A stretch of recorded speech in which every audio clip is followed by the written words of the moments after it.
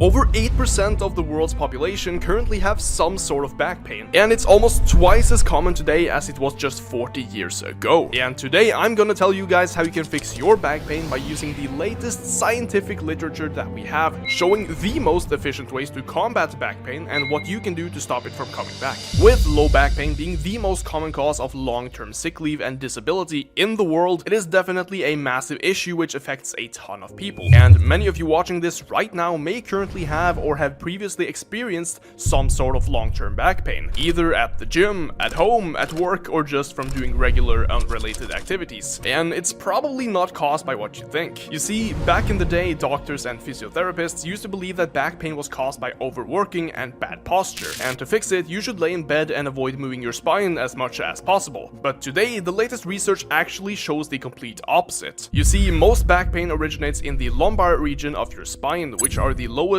and largest 5 vertebrates in the spinal column, and therefore also the vertebrates that experience the highest pressure on a daily basis. And this is commonly known as low back pain, and this is generally where most people feel pain in their back, if they have any, and some may feel a painful sensation with shooting pain down the back of their legs, which can be caused by a prolapse that pushes on the sciatic nerve. However, almost no sort of back pain is actually ever diagnosed with a specific cause, so we tend to use the term non-specific back pain in research to describe it. And although 95% of people never get a true diagnosis for their back pain, we do know that there are quite a few factors that increase the risk of experiencing back pain, with the most common being working a physically demanding job, obesity, smoking, inactivity, and also having certain musculoskeletal disabilities. Now, there is an argument to be made that the increase of back pain in modern society may just be caused by obesity on its own, but that would be a massive oversimplification, and it would not explain why skinny people and even athletes tend to get back pain as well. And this is where the fun begins. You see, the most common characteristic of people with back pain is instability and weakness of the muscles around the torso, specifically the spinal erectors and the other trunk muscles that seek to control, stabilize, and also move the spine through its intended range of motion. Now, mind you, this is just one characteristic associated with back pain, but one that is especially interesting because of how quickly back pain can subside when patients actually get stronger in those muscles. And we also see that people who have back pain tend to experience more movement and spinal compression during heavy lifting than those without, which suggests two things. One, people with back pain may get weaker in those muscles as a result of their back pain because they're not exercising regularly or moving because of it. And two, people who are weaker in those muscles experience more back pain more often because they're not able to stabilize and control their spine during movement. For example, this study from 2001 showed that people with back pain had 26% more spinal compression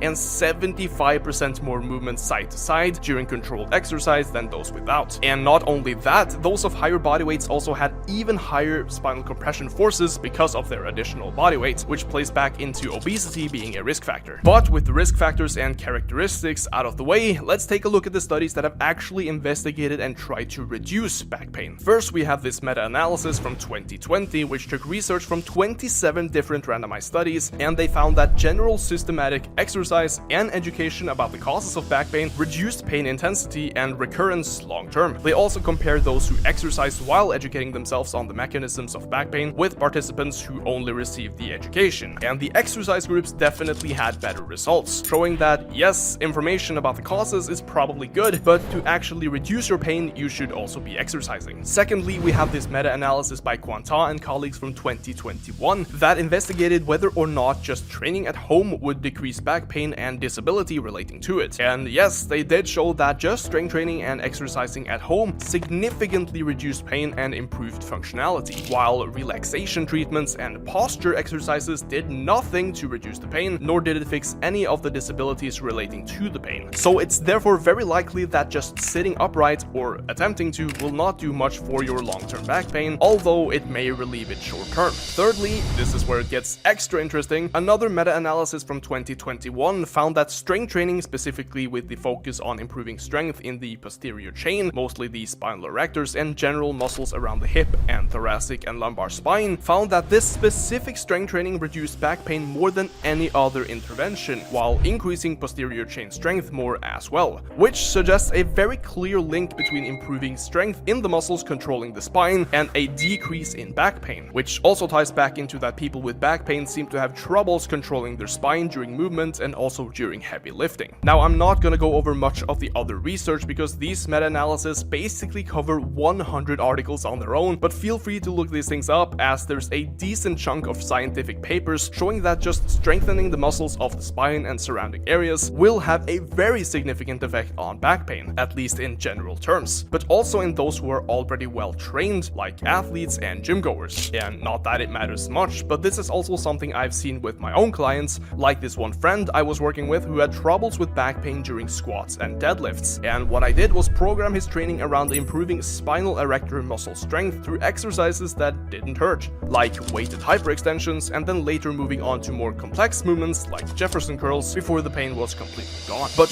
one thing to keep in mind while trying these approaches out is that the exercise rehab for every single person will likely be slightly different. For example, not everyone will experience the same degree of pain while moving the same way. Some may experience pain while sitting or standing, while others will experience pain only when they're doing, say, a heavy deadlift. And that's also why it's so important to adapt the training so that pain during rehab is as low as possible while still training effectively. And for some, with say a lumbar prolapse who still want to train heavy, you probably still can train heavy, but you have to make sure your spine doesn't move in the motions that cause pain, and to keep it stable, you have to brace properly in order to ensure that the spine doesn't move excessively when you lift. And always make sure you utilize some sort of progressive overload, either increase the reps, sets, load, or increase the exercise difficulty. And yes, in some cases, lifting very heavy can also cause pain to occur, but to conclude that the exercise itself causes pain is simply wrong, as the human body in general will adapt to the given stimulus we provide. So for example, somebody who is deadlifting super heavy with a rounded back may experience pain, but not because of the deadlift itself, but rather because of the positioning of the back in relation to what is happening inside the spine and in relation to what you're used to. Say if you're only rounding on lifts that are above 90% of your 1 rep max, then those lifts are probably gonna hurt more because you're not used to lifting that way. We also see that spinal position itself doesn't really matter, but rather if the spine changes position throughout the lift. Like say if you start with a super straight back but start bending as the bar moves off the floor. But to summarize, to remove back pain and reduce the likeliness of it returning, the general advice is to strengthen the surrounding muscles while choosing exercises you can actually perform without excessive pain, but also make sure you brace properly during lifting. And hey, there's still a certain percentage of people who will have underlying conditions and only surgery and medication will fix it, but that is fortunately a very small minority, and even this group can likely benefit from exercising. Now, if you got any friends or family who struggle with back pain in general, show them this video and I'll cite the studies that I used in the description alongside the link to my coaching service where I help regular people get in shape, but I also coach and prep athletes as well as those looking to get into sports like powerlifting. Thank you all so much for watching. Let me know down below what your experience with back pain is, and leave a like if you found this video and advice helpful at all, and maybe even let me know down below in the comments if you didn't find it helpful and why not. And I'll see you all next time.